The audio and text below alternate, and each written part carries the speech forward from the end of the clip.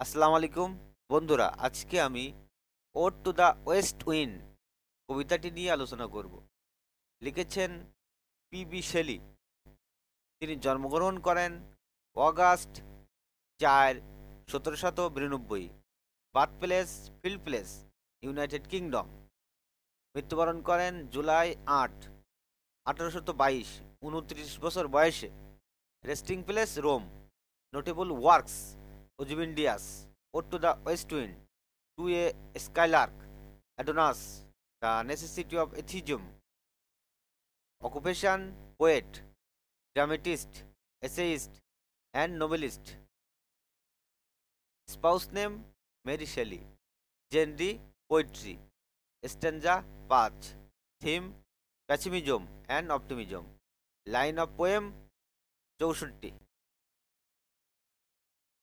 Ode to the west wind কবিতাটি PB শেলির একটি বিখ্যাত রচনা।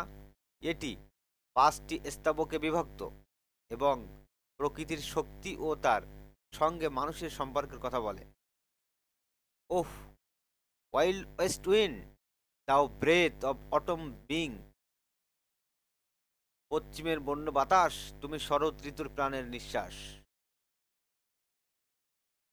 দাও from whose unseen presence the leaves dead. তোমার অদৃশ্য উপস্থিতি মরা পাতাগুলিকে নিয়ে যায়। আর driven like ghost from an enchanter fleeing. যেন কোনো জাদুকরের ভয়ে ভীত ভূতেরা পালাচ্ছে। Yellow and black and pale and hectic red. হলুদ, কালো, ফ্যাকাশে এবং উজ্জ্বল লাল। পেস্টিলেন্স স্ট্রাইকেন মাল্টিটিউড অফ দাও। যেন রোগাগ্রস্ত, রোগাক্রান্ত মানুষের দল। Oh, chariotest to their dark wintry bed. তুমি তাদের শীতকালের অন্ধকার শয্যায় নিয়ে যাও। তুমি তাদের শীতকালের অন্ধকার শয্যায় নিয়ে যাও। দ্য উইংস সিট ফায়ার দাই লাই কোল্ড অ্যান্ড লো। ডানাযুক্ত বীজগুলি নিচু হয়ে শীতল অবস্থায় পড়ে থাকে। Its like a corpse within its grave until.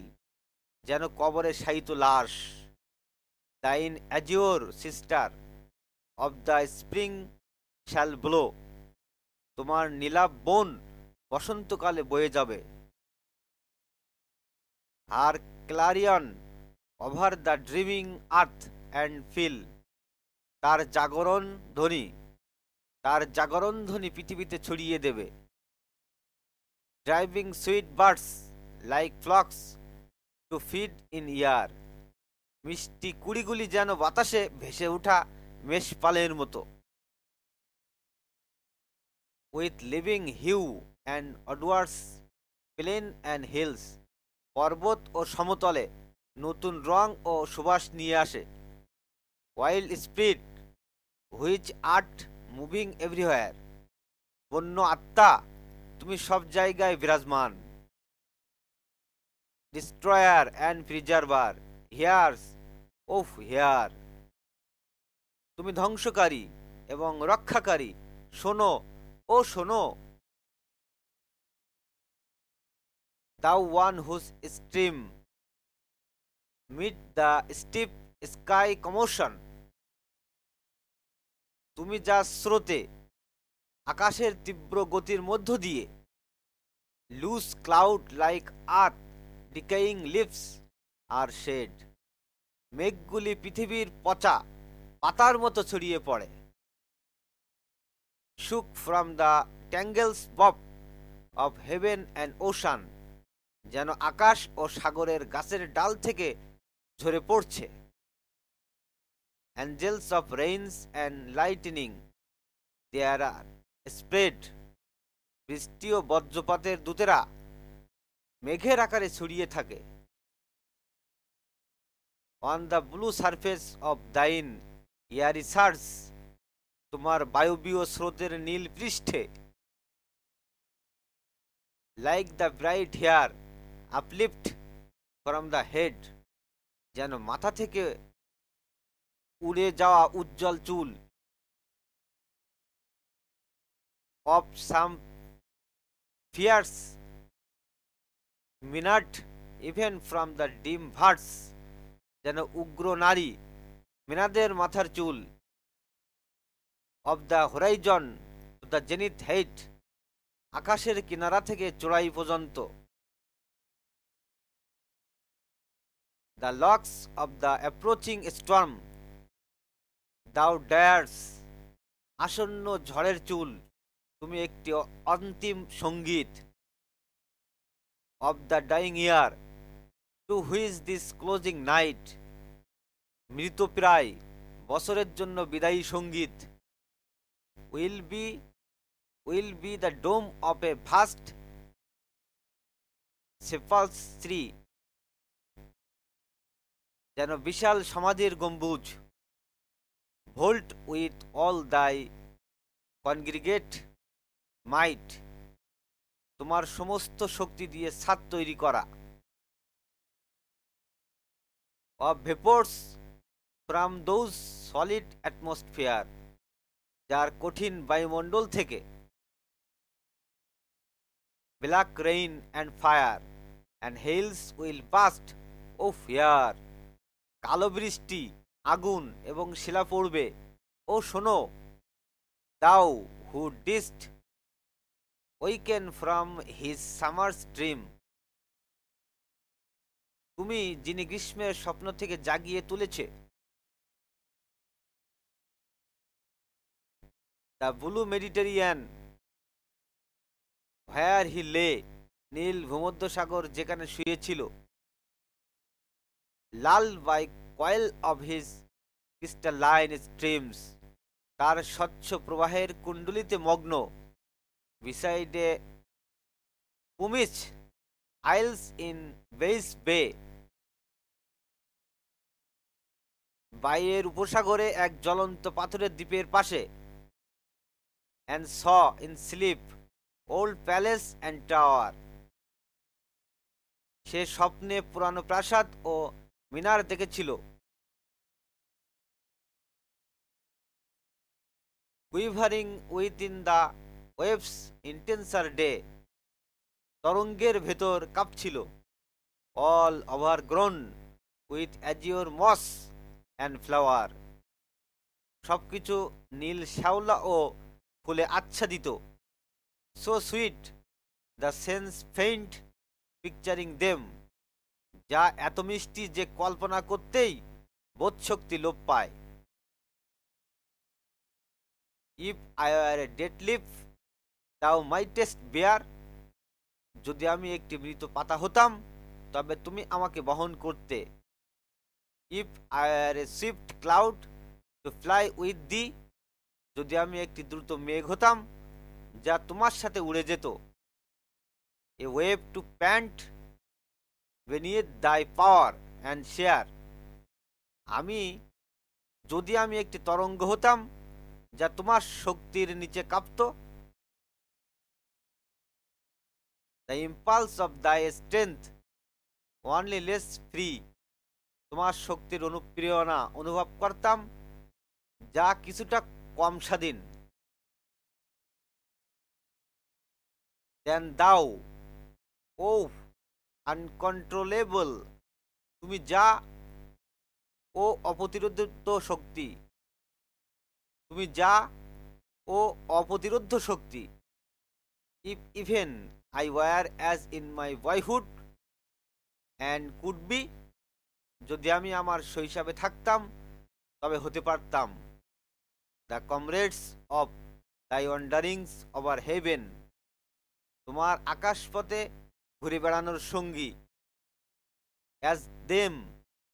As then when to outspeed the skies speed, যখন তোমার আকাশ গতির সঙ্গে পাল্লা দিতে চেয়েছিলাম,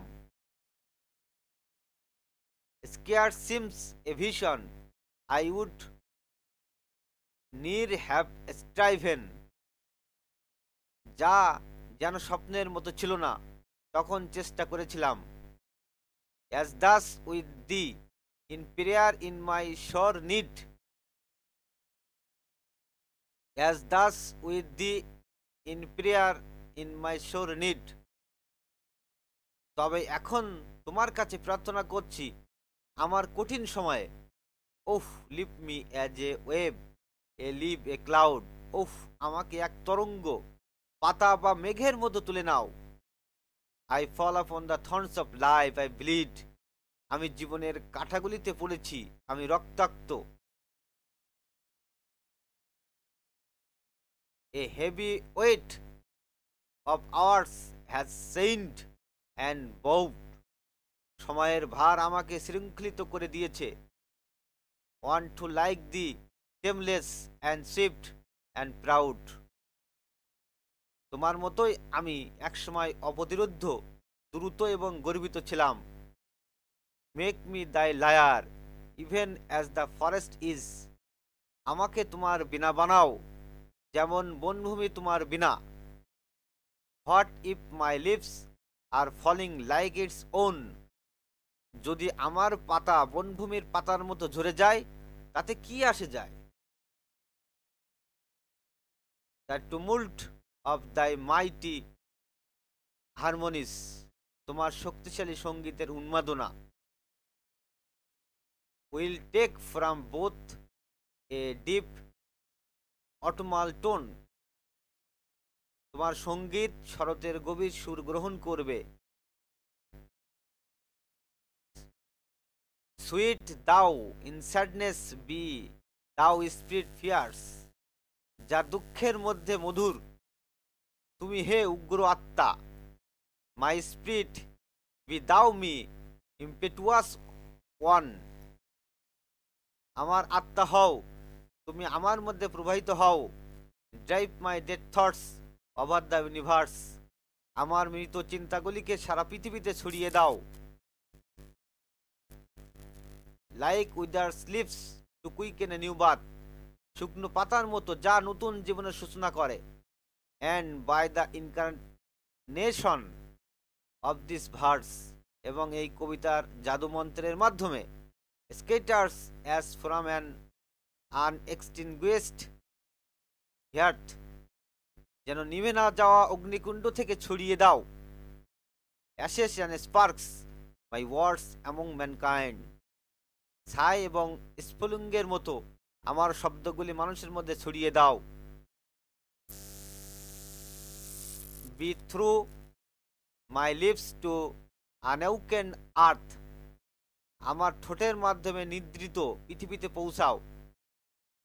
the trumpet of a prophecy of wind. একটি ভবিষ্যৎবাণীর শঙ্খধ্বনি, হে বাতাস। If winter comes can spring be far behind. যদি শীত আসে তবে বসন্ত কি খুব দূরে থাকতে পারে?